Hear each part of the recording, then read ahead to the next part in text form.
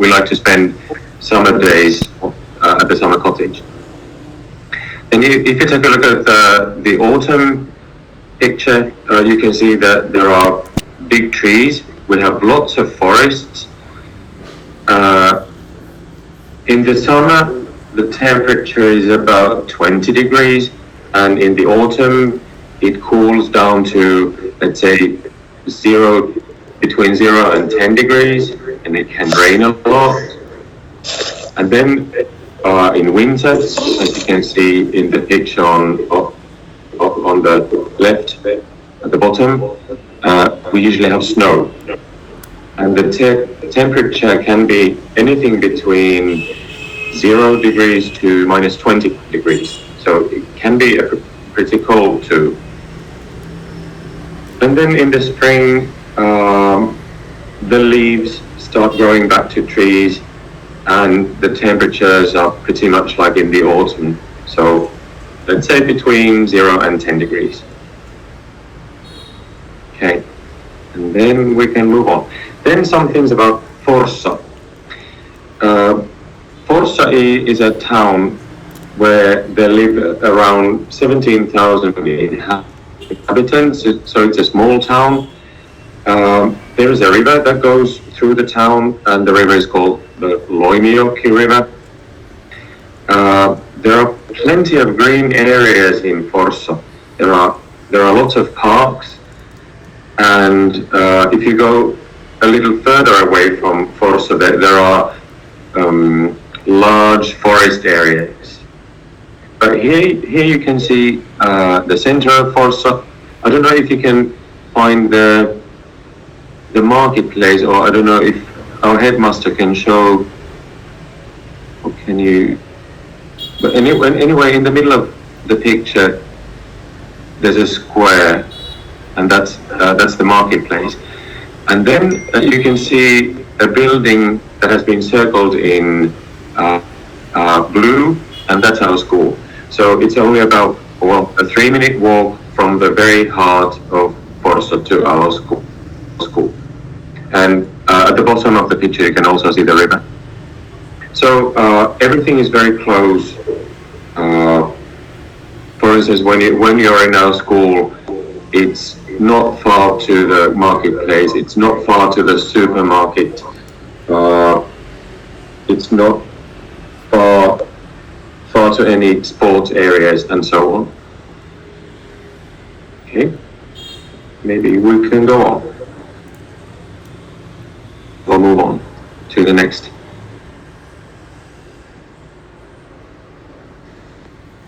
Next one. While waiting for the next picture, it's easy to get to bigger towns. As I said, Turku, Helsinki, Tampere. You can take a bus to those bigger cities, and they are about 100 kilometers away from Forssa.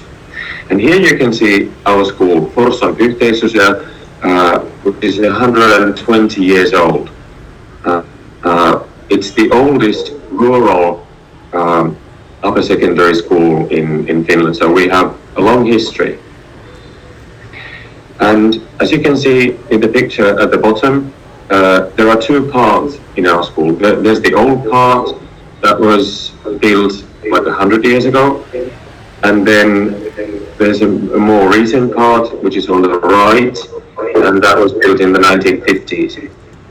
So it's not very new, but everything has been renovated about 10 years ago.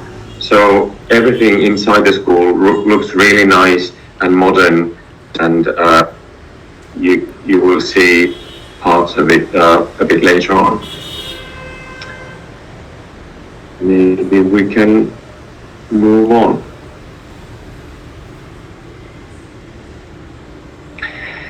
Here you can see the school from the air.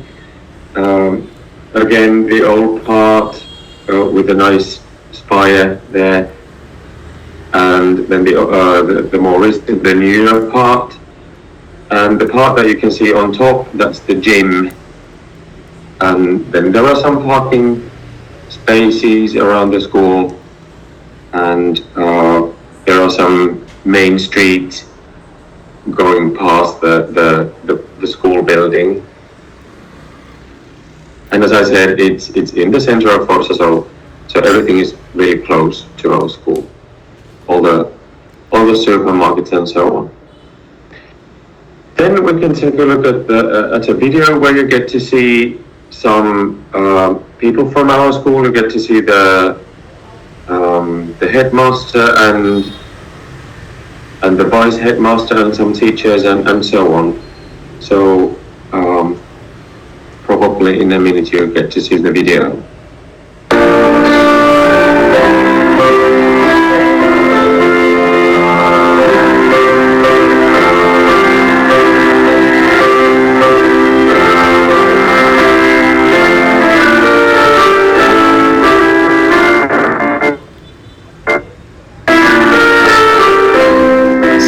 Minkälainen on Forssan yhteislyseo? Forssan yhteislyseo on seutukunnallinen lukio, ylioppilaita jo yli 110 vuotta. Olemme lukio, jossa oppilaat viihtyvät, pääsevät ylioppilaiksi ja pääsevät jatko-opintoihin paremmin kuin valtakunnassa keskimäärin. Miten lukio on kiinni tässä päivässä? Lyseolla tehdään uutta opetussuunnitelmaa. Se tulee voimaan elokuun alussa, kun te tulevat ykköset tulette lukioon.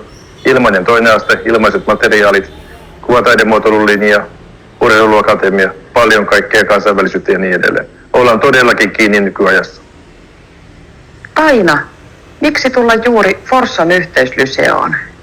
Forssan yhteislyseo on seutukunnan lähilukio, joka tarjoaa monipuoliset opintomahdollisuudet niin liikkuvalle, lukevalle kuin luovallekin nuorelle.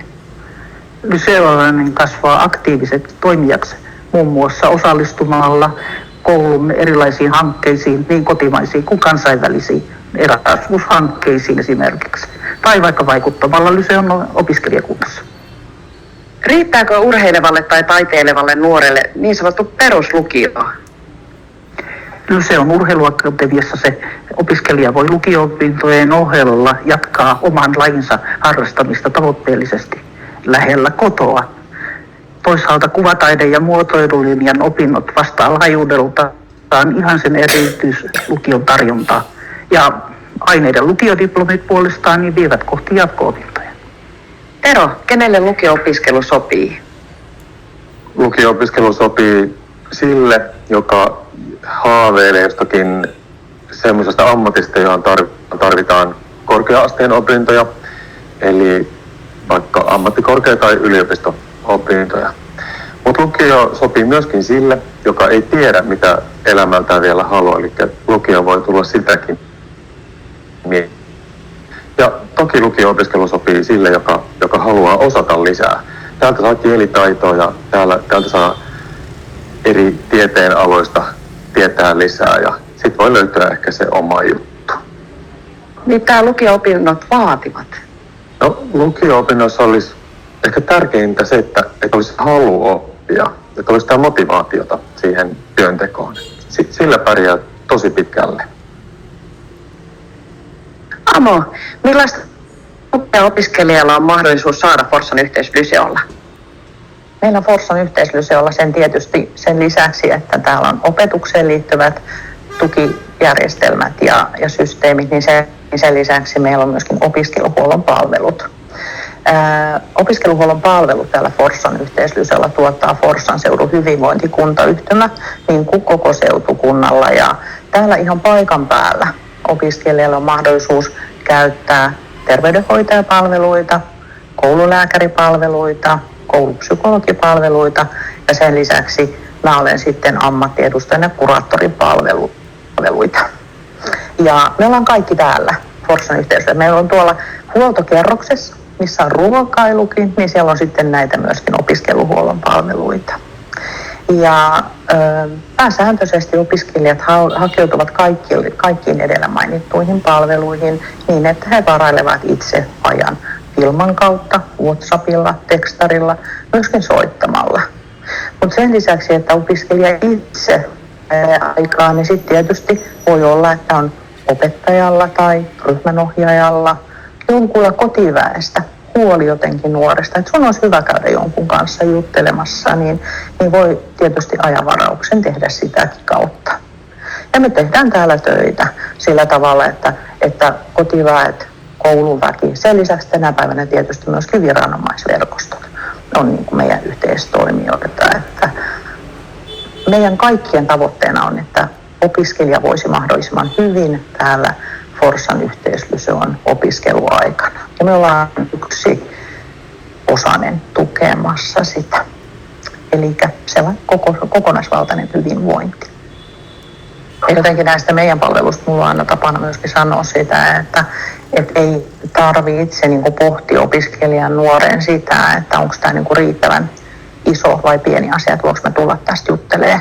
Että se, että jos se jotenkin huomaa, että sitä mieltä painaa, niin sitten se myöskin tulee, että me ollaan yksi opiskeluhuollon ihmiset, ollaan yksi mahdollisuus ottaa asioita puheeksi ja mietitään niitä sitten yhdessä. Eli se on niin kuin semmoinen rinnalla kulkijan rooli on vahvasti tässä meidän agendassa, että näin itse ajattelen. Nana, miksi kannattaa hakea lukioon? Nuori saa aikaa kasvaa ja miettiä rauhassa omaa tulevaisuuttaan ja lukiosta saa hyvät valmiudet jatko-opintoihin. Ja lukio-opinnot luo hyvän pohjan elinikäiselle oppimiselle ja lukiosta saa tietoja ja taitoja, joita nuori tarvitsee yhteiskunnassa ja tulevaisuuden työelämässä toimimiseen. Ja jokaiselle muodostuu yksilöllinen opintopolku omien vahvuuksien ja mielenkiinnon kohteiden perusteella. Suuntaa ja valintoja voi muuttaa opintojen edetessä. Mitenkä tänne yhteislyseoon sitten haetaan? Lukioon haetaan yhteishaun kautta helmimaaliskuussa peruskoulun opinto-ohjaajan kanssa. Ja lukioon hakiessa pitää täyttää myös ainevalintakortti, johon merkitään ensimmäisen vuoden valinnat. Forssan pääsee, jos lukuaineiden keskiarvo ylittää 7,0. Lukiolle pitää tulla ilmoittautumaan henkilökohtaisesti perjantaina 18.6. tai maanantaina 21.6. Onni, minkälaista lukio-opiskelijan arki on? No, lukio-opiskelijan arki pohjautuu aika lailla semmoiseen omiin rutiineihin ja semmoisiin niin kuin hyväksi koettuihin opintotapoihin ja tietysti siihen, että joka päivä sinne kouluun menee opiskelemaan. Että mä sanoisin, että se on rutiini, että aamulla heräät ja menet kouluun ja tulet koulusta kotiin ja siis se avain, mikä niinku on niinku ero vaikka peruskoulusta on se, että niinku vastuu siihen opiskeluun on sulla itsellä ja se, että on hyvät omat niinku rutiinit ja oppimismetodit ja niinku käyttää niitä, mitkä kokee itse hyväksi, niin ne auttaa tosi paljon siinä niinku lukio-opiskelussa ja täällä niinku musta tuntuu, että niinku yläasteellakin vielä niinku se opiskelu tapahtuu vähän niinku, että opettaja niinku kädestä vähän niinku ohjaa sua. Mutta täällä niinku se vastuu on siirretty sulle ja sä opiskelet lukiossa itseäsi varten, että se niinku työmäärä, mitä sä täällä niinku lukiossa laitat siihen niinku opiskeluun, niin se yleensä korreloituu siihen, minkä numeron sä vaikka kokeista saat. Mitä neuvoja sä antaisit nyt just kouluvalintaansa tekevälle ysiluokkalaiselle? No, mä antaisin sellaisen neuvon, että niinku, jos nyt vielä vähän empii, että kannattaako tulla lukioon, niin sanon ehdottomasti, että kannattaa tulla lukioon. Nimittäin täällä oppii niinku paljon kaikkea, niinku ihan kaikesta ja varsinkin siitä jutusta, mistä sä oot itse kiinnostunut. Että niinku, tää avaa niin moneen paikkaan jatko-opintojen kannalta ja muutenkin niinku, tästä tulee niin paljon hyötyä sulle elämässä. Ainakin itse olen niinku huomannut silleen, että kun on vaikka tietyille kursseille mennyt ja silleen miettinyt, että mitäkään tää juttu on ja ollut siellä, niin sitten on ollut silleen jälkeen, että vitsi, että tää on niinku siistiä. Ja kaikkea muuta tällaista, niinku, että tänne kannattaa tulla, jos niinku vähänkään empii ja on niinku halua ja on omaa motivaatiota niinku opiskella, niin tänne kannattaa tulla. Tervetuloa Forssan yhteislyseoon!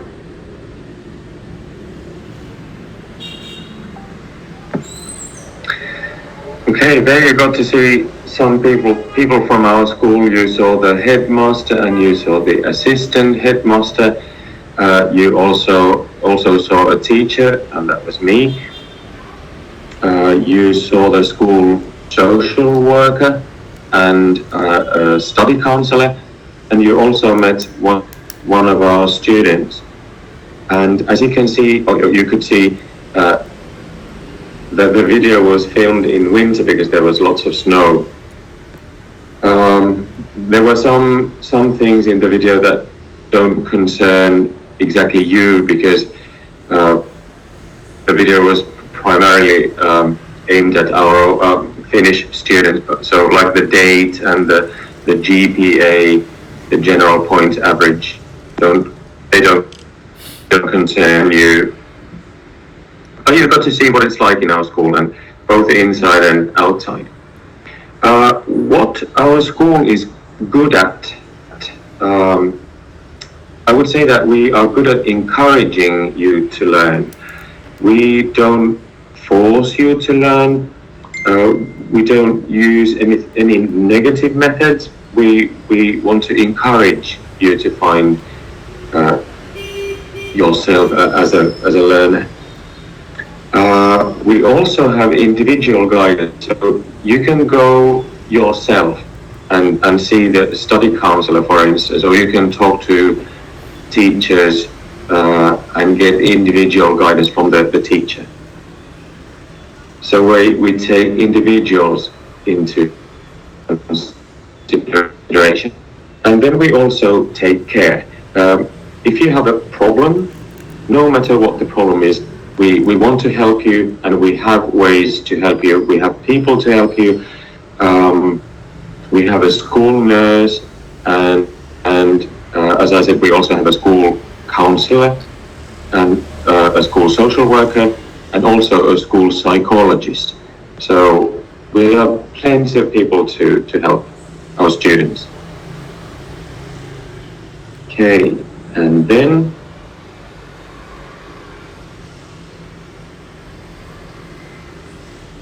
next,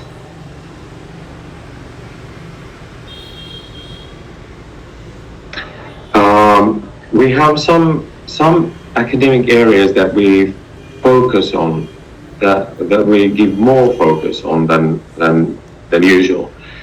Well, first of all, we offer plenty of studies in all subjects.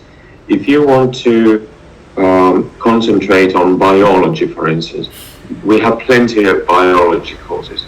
If you like music, we have plenty of music courses. If you like history, we have plenty of them as well. And then you can pursue your own individual study path. Again, according to your interests. If you're interested in geography, you can take lots of courses in geography. Whereas if your friend is more interested in philosophy, they can take philosophy. And then we also have a wide selection of foreign languages. Okay, English and Finnish. I know they are enough for you, but if you want to learn, for instance, German or French or Russian or Spanish, it is possible to do it in our school. Then we have a few special programs. We have special programs in sports, many kinds of sports, whether it's basketball or volleyball or ice hockey or some individual sports like running. We have some special training for them. We also have a special program for art and design. So if you're into handicraft and art and design, we have plenty of courses for those too.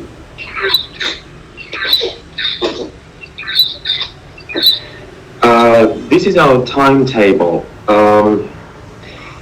The first lesson that we have in the morning starts at 8:15, and our lessons are 75 minutes long. And the pauses, the breaks we have between the lessons, they are usually 15 minutes long. In the afternoon, there might be a 10-minute break, but mostly 15-minute breaks. And from 11 to 11:45, we have a lunch break, so that's a bit longer break. You don't necessarily have to start at 8:15. It depends on what courses you choose.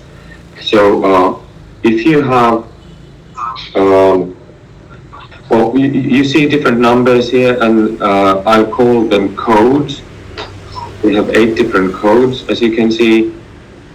And if you take a look at Monday morning and Wednesday morning and Friday morning, that's code 7. So if you have, for instance, psychology in code 7, it means that you have psychology on Monday morning, Wednesday morning and Friday morning from 8:15 to 9:30. But you choose the courses and you make your own, you compose your own timetable. So it depends on your interests and it's pretty flexible for you too.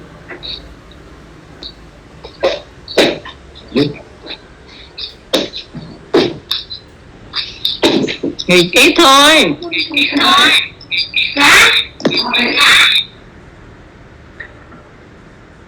And then lastly, I want to say that we have a long tradition of supporting foreign students and foreign people in general in our school, because we have had foreign exchange students for decades in our school.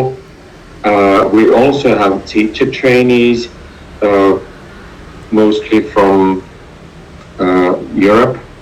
A lot of them come from Germany, and so we're used to taking care of foreign people in our school. We also have teachers who can help you with your Finnish, Finnish as a second language.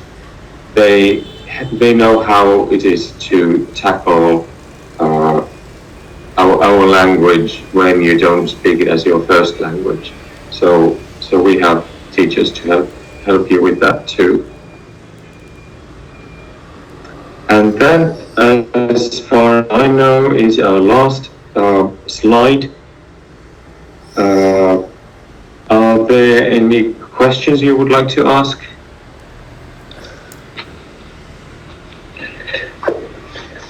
We have some slides here from about activities. Well, I didn't quite hear.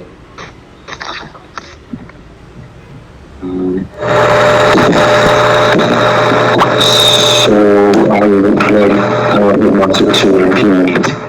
Oh, okay, there are some more slides. Well, about activities. We have school activities throughout the year. We have some activities that take place every year. Like we have the prom dance for second year students, and then the school leavers have their party, and the first year students have their party as well in the school on the school day, and those take place every year. But then there might be some extra activities that some people come up with. We have some tutors to help our first year students, and the tutors also come up with activities during the year. We also organize trips within Finland. There may be a theme. For instance, the art students may go and see an art museum, or then a group of students might want to go to see a university, like in Helsinki, to see what the university studies are like. We have lots of projects with different schools and different countries, most of them in Europe. And in the map, you can see that we have, we do different projects with different different countries in Europe. But we also do have some cooperation with the Kenyan school, or some Kenyan schools. So in Africa as well, we have some cooperation. And actually, at the very moment, I am in Turku. I'm not in Forssa, but in one of the bigger cities, with a group of students from Poland, Turkey, Italy, Spain, Portugal, and then our Finnish students too. We have a common project which is called an Erasmus Project. As you can see here in the slide, there's a logo of our Erasmus Project. We have a common theme, which is women and welfare this year, and we work on the theme, and we go to each country, and the students of each country come to our country, and that's what they are doing right now here in Finland. And these are very, very nice projects where you get to meet people from different countries. And you are welcome to join these projects as well. We may have some guest lecturers coming to our school. They may be experts in their fields, and then they come and tell our students about their field of study. We also have our former students who come to our school, and they will tell our students what it's like to study at a university in Finland. And here you can see a nice room that we have. We call it Jugendsali, and there you have the previous headmasters on the walls. Okay. One of the famous former students of ours is the lady that you can see here. She's a politician, a well-known politician in Finland, and a couple of years ago she was the Minister of Education, and she used to be a student of our school. Sanni Grahn-Laasonen is her name.